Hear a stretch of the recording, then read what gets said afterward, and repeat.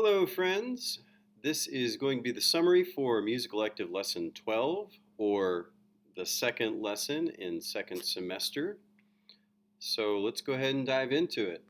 The tongue twister for today is 77 Benevolent Elephants. And you can find this and everything else from today's lesson. I'm going to try and format them all this way. Scroll down on your Music Elective page to Lesson 12. And guess what? It is right here, 77 benevolent elephants. I would focus on the word benevolent and then putting it together with benevolent elephants. That's what people are going to mess up. The next part is crescendi, which is actually the plural for crescendo. So you can have a crescendo, one crescendo, or you can have two crescendi or five crescendi. Instead of an O on the end, you just have an I, so it sounds kind of funny. So when I say crescendi, I mean more than one crescendo. We're going to go right down the list today, however. Just remember, it's up 12, down 10, 8, 6, 4, 2, 1.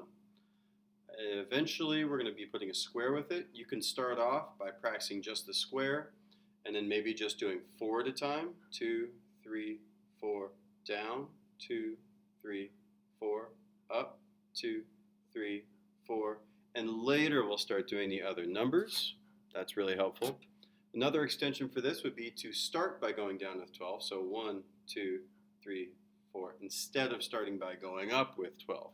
So you have a couple variations there. Let's go back to our lesson and see what's next. Up next, we have a quick review on the staff, ledger lines, clefs, and such. You guys can go through this. It takes you through where the clefs come from and how they work and the basics of ledger lines and middle C, which is something we play on the piano with our thumb right now. But you may do that at your own pace. The next thing is treble clef pitch ID with ledger lines. So of course we have regular, every good boy does fine. Every good boy does fine. Now, this is above the line, so we would go every good boy does fine. Well, what's after F in the alphabet? Because we're going up. After F is G, so that has to be a G. Ah, this is exactly what I wanted. Every good boy does fine. After F, that's the line note. The space note is G, the line note is A, the space note is B, the line note is C. You just work your way up through the alphabet. Of course, every good boy does fine. Every good boy does fine. I'm hoping for a low note here. Ah, that's actually middle C, but we know that because every, the bottom line is E, the space is D, that's the letter before E, and the letter before D is C. So you can practice through that. We have treble clef notes in general. That does not include ledger lines. Up here, the staff ledger lines clefs quick review does briefly mention ledger lines. Piano note ID.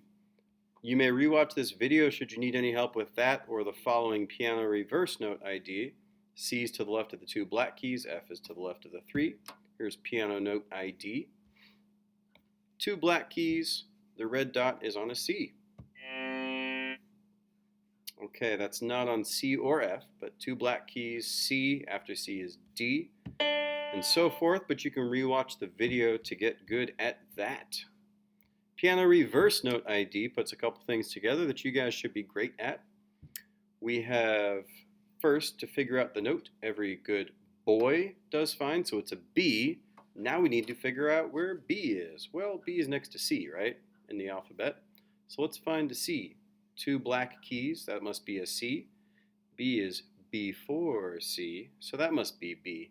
You can also go forward through the alphabet by going from F. So you could say 3 black keys, F, G, A, B.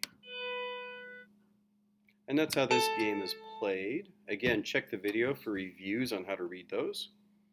Half notes are very important. So let me get my view back here.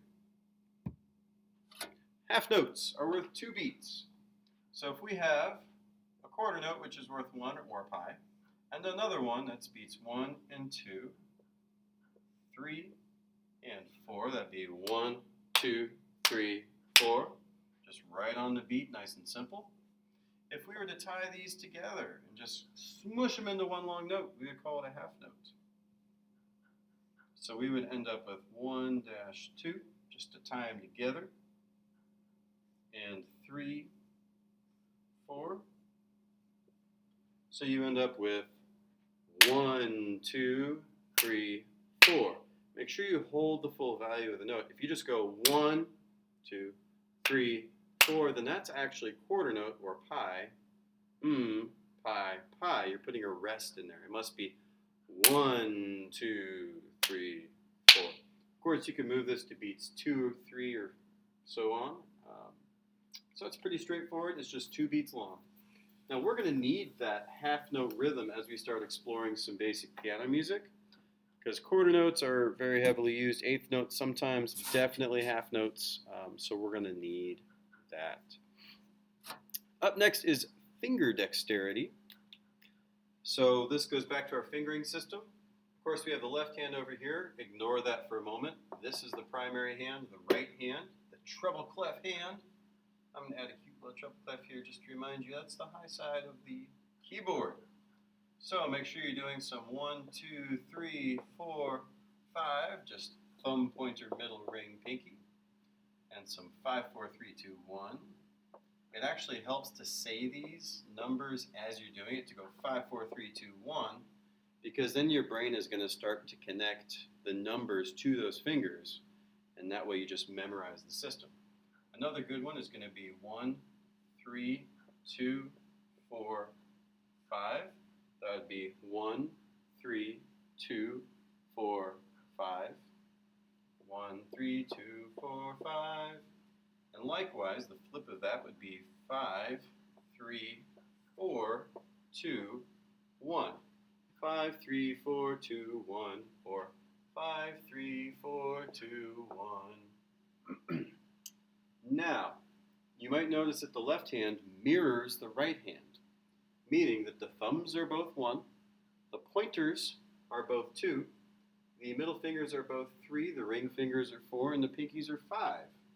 So if you were to try this with the left hand, you would still start with the thumb and basically just go outwards. So 1, 2, 3, 4, 5, 5, 4, 3, 2, 1, 1, 3, 2, 4, 5, 5, 3, 4, 2, 1.